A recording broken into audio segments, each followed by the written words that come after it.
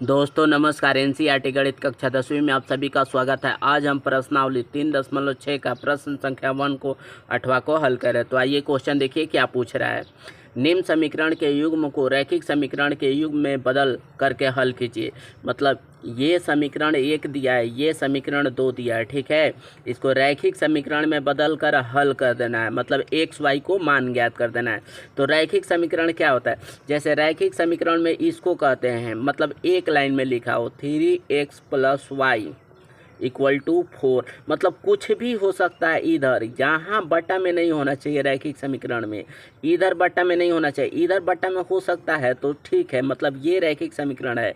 या कुछ भी हो सकता है, 3y + 2x = -4 ऐसे, या y + x = 4/2, मतलब ये रैखिक समीकरण कहलाता है, ठीक है।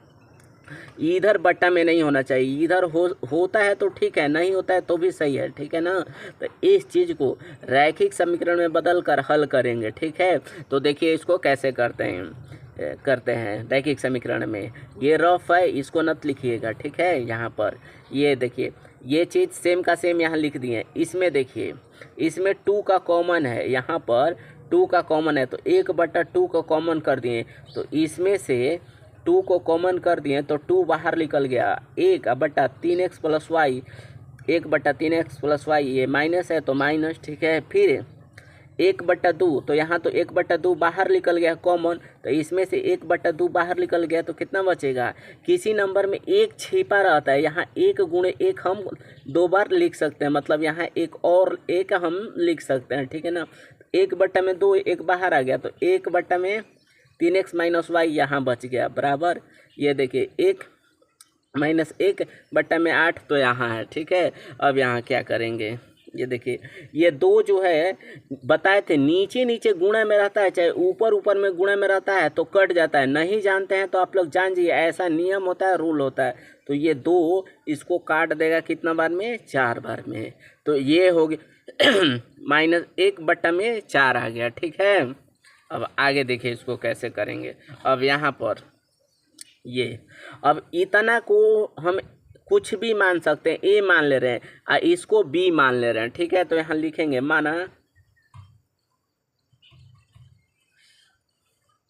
1/3x + y को ए मान लिए, ठीक है। 1/3x - y को बी मान लिए, ठीक है। अब यहाँ देखिए, इतना के जगह पर ए रख दे रहे हैं, इतना के जगह पर बी रख दे रहे हैं, तो a + b = 3/4, ठीक है ना। रैखिक समीकरण आ गया। तो यही हम लिख रहे हैं यहाँ पर। तो देखिए इसको, इतना के जगह पर a लिख दे रहे हैं तो यहाँ पर a प्लस इतना के जगह पर b माने हैं तो b, और बराबर ये 3/4। अब ये हमारा फाइनल रैखिक समीकरण आ गया, समीकरण 1, ठीक है। उसी तरह अब इतना के जगह पर फिर ए ही माने हैं, तो देखिए इतना के जगह पर ए तो ए, ये माइनस इतना के जगह पर बी, ये बी, बराबर। अब -1/4 है यहाँ, तो लिखेंगे -1/4। ये समीकरण 2 आ गया। अब इसको विलोपन विधि से हल कर दे रहे हैं। तो देखिए विलोपन विधि से हल करने का क्या नियम होता है? विलोपन विधि से हल करने का क्या नियम होता है? किसी एक को बराबर करते हैं, इसमें तो खुद से बराबर है, अगर बराबर नहीं करते हैं तो यहाँ नीचे में वाला अंक से ऊपर में गुणा करता है, ऊपर वाला नीचे में, ठीक है ना। तो जब ये खुद से बराबर है तो डायरेक्ट यहाँ लिखा जाता है जोड़ने या घटाने पर। कब जोड़ने पर लिखते हैं, कब घटाने पर? ये देखिए, जब खुद से कटता है तो बस लिख देते हैं जोड़ने पर, खुद से कटेगा तो लिखेंगे जोड़ने पर। जब जोड़ने पर लिखते हैं तो नीचे में साइन किसी का बदलता नहीं है, ठीक है ना। अगर यही खुद से नहीं कटता तो लिखते घटाने पर। जैसे इसको कटाना है, ठीक है ना, ये भी कट सकता है। अगर इसको कटाना है तो यहाँ घटाने पर लिखते हैं, क्योंकि ये खुद से तो नहीं कट रहा है, ठीक है ना। जब घटाने पर लिखते हैं तो नीचे में सभी का चिन्ह बदल जाता है। जोड़ने पर है इसलिए किसी को चिन्ह बदल नहीं रहा, हम ये इसको कटा दे रहे हैं, खुद से ये कट रहा है तो, ठीक है। तो देखिए एगो ए कै गो ए हो जाएगा तो 2 गो ए, ये +b - b कैंसिल, बराबर 3/4। माइनस 1/4 2a बराबर बट्टा का घटाव हो गया 4 4 4 के लघुत्तम लेंगे तो 4 ही ना होगा। ठीक है, नीचे नीचे भाग दिया जाता है, जो आंसर आता है ऊपर में गुणा कर देते हैं। तो 4 में भाग देंगे तो एक बार में, 1 में या 3 में गुणा करेंगे तो 3 माइनस नीचे नीचे भाग देते हैं। ठीक है, जो आंसर आता है ऊपर में गुणा कर देते हैं। 4 में भाग देंगे 1 1 में 1 में गुणा करेंगे 1 2a बराबर 3 में से 1 जाएगा 2/4। फिर देखिए ये ऊपर ऊपर कट गया। ठीक है, तो यहाँ क्या आ गया 1। इसको 1/2 भी हम काट सकते हैं, फिर क्रॉस मल्टीप्लाई करेंगे तो 1/4 आ जाएगा। हल करने का अपना अपना तरीका होता है, सिंप्लीफाई है, इसलिए a बराबर क्या आ गया, a बराबर 1/4 आ गया। अब इस a का मान समीकरण 1 में रख दीजिए या समीकरण 2 में रख दीजिए, b के मान आ जाएगा। ठीक है, अभी फाइनल आंसर नहीं दे रहा, हमको आंसर में x y का मान निकालना है। यहाँ लिखेंगे a का मान समीकरण 1 में रखने पर। ठीक है, समीकरण 1 देखिए यहाँ है a plus B equal to मतलब बराबर 3/4। ठीक है, यहाँ पर अब देखिए इस a का मान रख रहे हैं 1/4, तो 1/4 प्लस बी 3/4। अब यहाँ देखिए b ABCD को एक तरफ, नंबर को एक तरफ करते हैं, चर को एक तरफ, अचर को एक तरफ, तो 3/4। ये देखिए 1/4 है, बराबर के इधर ले जाएंगे तो -1/4 अब हो जाएगा। ठीक है, b बराबर फिर यहाँ देखिए बट्टा का घटाव आ गया, तो 4 4 का लघुत्तम लेंगे तो 4 आएगा। और नियम क्या होता है, नीचे नीचे में भाग देते हैं, जो आंसर आता है ऊपर से गुणा कर देते हैं। 4 में भाग देंगे एक बार में, 1 में 3 से गुणा करेंगे 3 माइनस 4 में भाग देंगे कितना बार में जाएगा, एक बार में, 1 में 1 से गुणा करेंगे कितना हो जाएगा, 1 ही हो जाएगा। फिर ये देखिए b बराबर यहाँ 3 में से 1 काटेंगे 2 और ये 4। ठीक है, फिर इसको ये काट देगा, 2 दूनी 4 2 बार में, तो b बराबर कितना आ गया, तो b बराबर 1/2 आया। ठीक है, मतलब a बराबर 1/4 आया, b बराबर 1/2 आया है। अब यहाँ देखिए जो माने हैं वहाँ रख रहे हैं।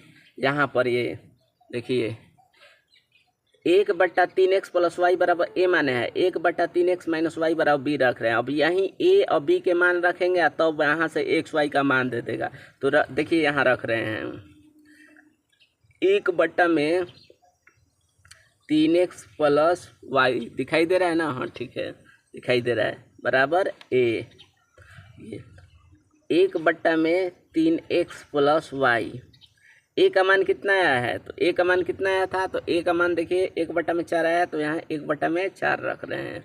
अब तिर्यक का गुणा कर देंगे, 1 में आई सारे से करेंगे, 1 में 4 में, तो 1 में आई सभी से करेंगे तो 3x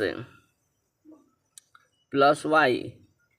ठीक है, 4 में 1 में गुणा करेंगे तो 4। देखिए एक नया समीकरण दे दिया, तो ये समीकरण मान लेंगे इसको 3। ठीक है, फिर दूसरा क्या माने हैं, तो दूसरा देखिए 1/, में यहाँ 3x माइनस वाई बराबर क्या माने हैं, b माने हैं। 1/, में 3x माइनस वाई बराबर b का मान कितना आया था, तो नीचे में देखिए b का मान 1/, में 2 आया है। ठीक है ना, यहाँ पर ये b का मान देखिए 1/, में 2 आया है, a का मान जो आया था यहाँ आया है, तो यहाँ लिख रहे हैं b का मान 1/, में 2। यहाँ देखिए b का मान कितना आया है, 1/, में 2 आया है। ठीक है, अब यहाँ पर फिर तिर्यक गुणा, 3x में 1 में गुणा करेंगे 3x, माइनस वाई में 1 में गुणा करेंगे y, वही 1 को लेकर सभी के साथ करेंगे तो यही होगा बराबर 2 में 1 में गुणा करेंगे 2। ये समीकरण कितना आया, 4 आया। अब यहाँ से देखिए समीकरण 3 और समीकरण 4 को हल कर देंगे, x y को मान दे देगा, सिंपल। तो वही अब यहाँ हल कर रहे हैं।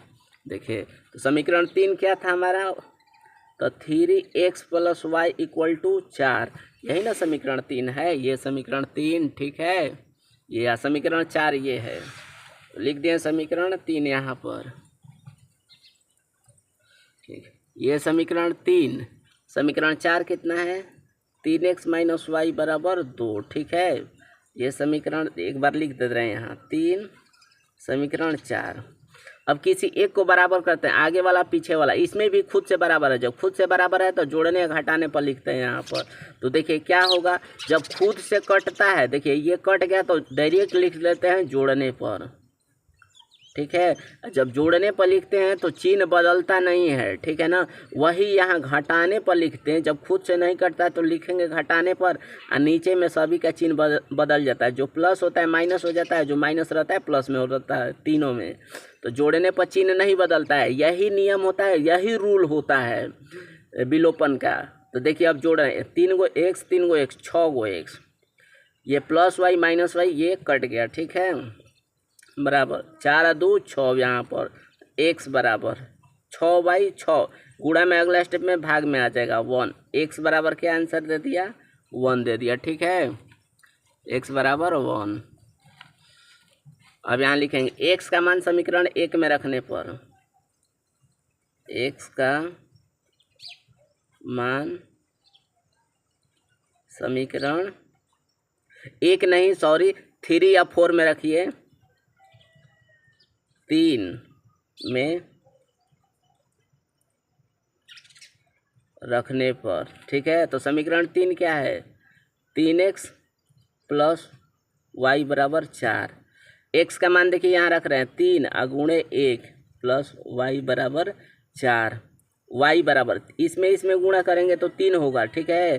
फिर एक जात वाला को एक तरफ, बिना एक जात वाला को एक तरफ, तो 3 को बराबर के इधर ले जाएंगे तो क्या हो जाएगा, -3 हो जाएगा, ठीक है। अब y बराबर क्या आ गया, 1 आ गया, ठीक है, y बराबर 1। तो y बराबर 1 आंसर हो जाएगा, x बराबर भी 1 ही आंसर हो जाएगा। वही तो x y के मान पूछ रहा था, ठीक है। अगर वीडियो पसंद है तो इसे एक लाइक शेयर सब्सक्राइब कर दीजिएगा, ठीक है। थैंक्स।